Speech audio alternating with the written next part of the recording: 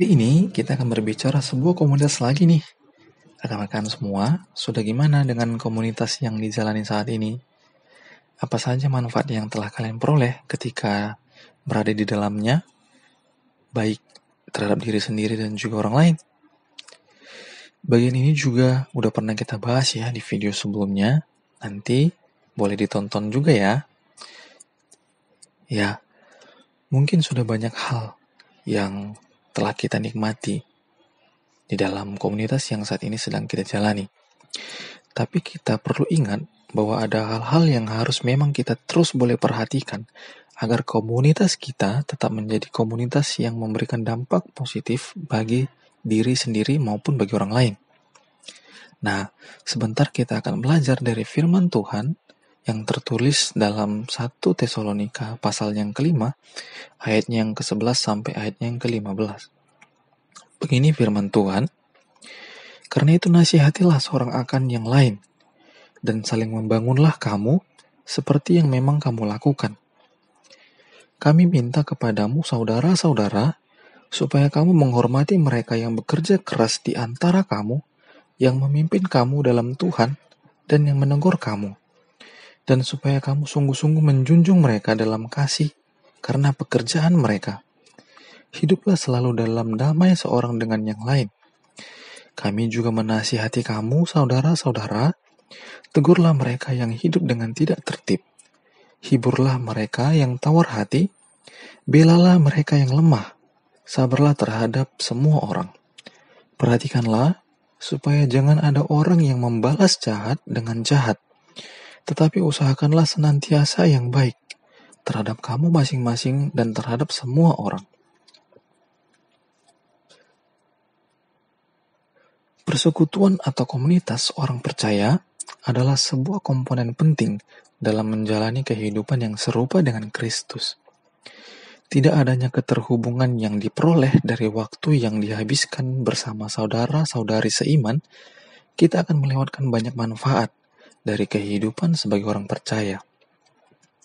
Manfaat yang akan diperoleh inilah yang menjadikan persekutuan ataupun komunitas itu menjadi penting bagi orang percaya. Hal inilah yang terjadi pada jemaat di Tesalonika pada saat itu. Tapi kita kilas balik sedikit ya mengenai awal perjalanan jemaat Tesalonika menjadi orang percaya yang memiliki dampak yang begitu baik. Jemaat di Tesalonika adalah hasil buah pelayanan Paulus dan Silas di awal sekali, dan kemudian dilanjutkan oleh kunjungan Timotius yang memberikan berita yang menggembirakan tentang iman dan kasih jemaat di Tesalonika.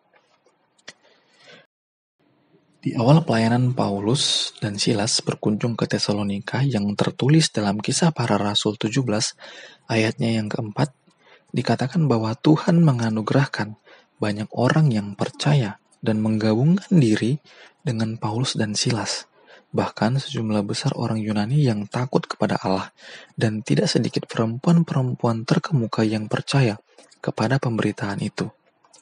Begitu luar biasa apa yang Tuhan anugerahkan melalui pelayanan Paulus dan Silas. Walaupun pada perjalanan pelayanan mereka tetap mendapatkan perlawanan dari orang-orang yang tidak suka dengan pelayanan yang dilakukan oleh mereka berdua. Akan tetapi, Roh Kuduslah yang terus bekerja dalam memimpin orang-orang percaya di Tesalonika. Mereka tetap bertekun di dalam pengajaran yang telah disampaikan oleh Paulus dan Silas. Sehingga dikatakan dalam 1 Tesalonika pasal yang pertama, ayat yang kedua sampai yang ketiga, bahwa Paulus, Silas, dan Timotius sangat bersyukur atas pekerjaan iman, usaha kasih, dan ketekunan pengharapan jemaat Tesalonika kepada Tuhan. Dari bagian ini bisa kita lihat bahwa jemaat Tesalonika tetap menjaga iman mereka di dalam menjalani hidup mereka bersama. Jadi, pertumbuhan iman mereka adalah karena adanya persekutuan yang terjalin di antara mereka.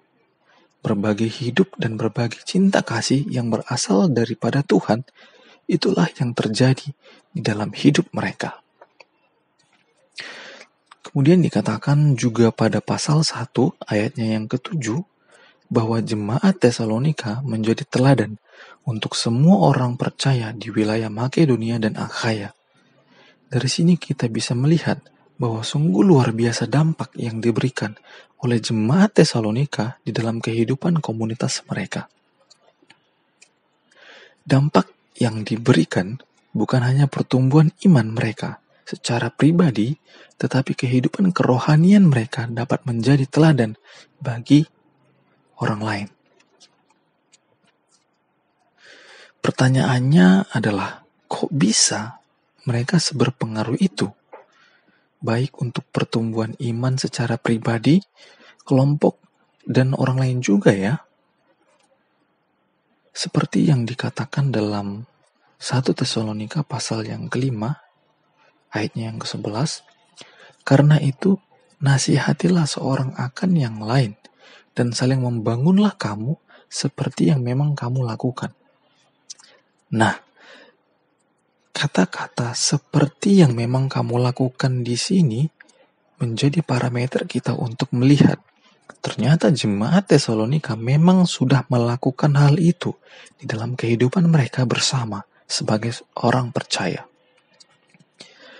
Jadi bukan hanya mendengar dan mengetahui mana yang harus dilakukan dalam kehidupannya, tetapi mereka benar-benar mempraktekkan semua itu di dalam komunitas mereka.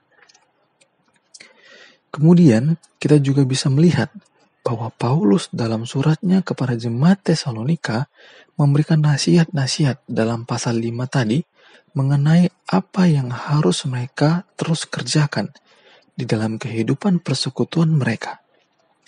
Hal ini dilakukan agar jemaat Tesalonika tetap memiliki hati yang bersatu di dalam Tuhan dan bisa saling mengasihi satu sama lain.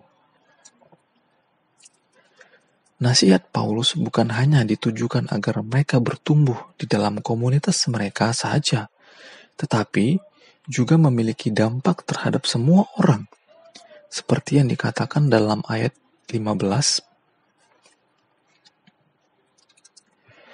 Perhatikanlah, supaya jangan ada orang yang membalas jahat dengan jahat, tetapi usahakanlah senantiasa yang baik terhadap kamu masing-masing dan terhadap semua orang. Paulus ingin mereka bertumbuh di dalam komunitas dan juga dapat memberikan contoh kepada semua orang bahwa sebagai orang percaya harus saling membangun, menghormati orang-orang yang memimpin mereka di dalam Tuhan dan menegur mereka, harus membawa damai kepada orang lain, menegur orang yang tidak tertib, menghibur orang yang tawar hati, membela orang lemah, memiliki hati yang sabar terhadap orang lain, dan juga tidak membalas suatu kejahatan dengan kejahatan, tetapi tetap melakukan kebaikan. Itulah nasihat yang memang harus mereka kerjakan di dalam hidup mereka sebagai orang percaya, sehingga mereka pun tetap bisa bertumbuh dan terus dapat menjadi teladan bagi semua orang. Pertanyaannya bagi kita adalah, sudah bagaimana dengan komunitas kita yang kita jalani saat ini? Apakah kita sudah bertumbuh di dalamnya? Dan apakah komunitas kita sudah memberikan pengaruh yang baik, pengaruh yang positif kepada semua orang?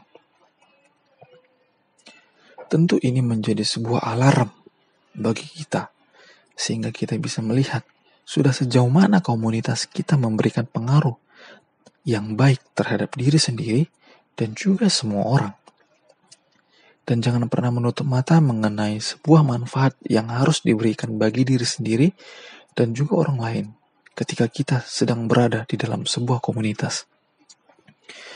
Oleh karena itu, marilah kita mau untuk mempraktikkan seperti nasihat yang telah diberikan Paulus kepada jemaat di Tesalonika, agar kita bisa semakin bertumbuh di dalam Tuhan, bertumbuh di dalam komunitas kita, memiliki hati yang mengasihi, dan akhirnya bisa menjadi teladan bagi semua orang. Apapun komunitas yang saat ini sedang kita jalani, coba mari lihat, sudah bagaimana pengaruh yang diberikan. Jadi, kita bukan hanya sekedar mengikuti, tetapi bisa bertumbuh. Bukan hanya sekedar menikmati, tetapi mengerti apa yang menjadi visi dari komunitas yang kita ikuti. Karena ketika visi itu dihidupi, maka komunitas kita mempunyai tujuan yang jelas dan tahu ke arah mana harus melangkah.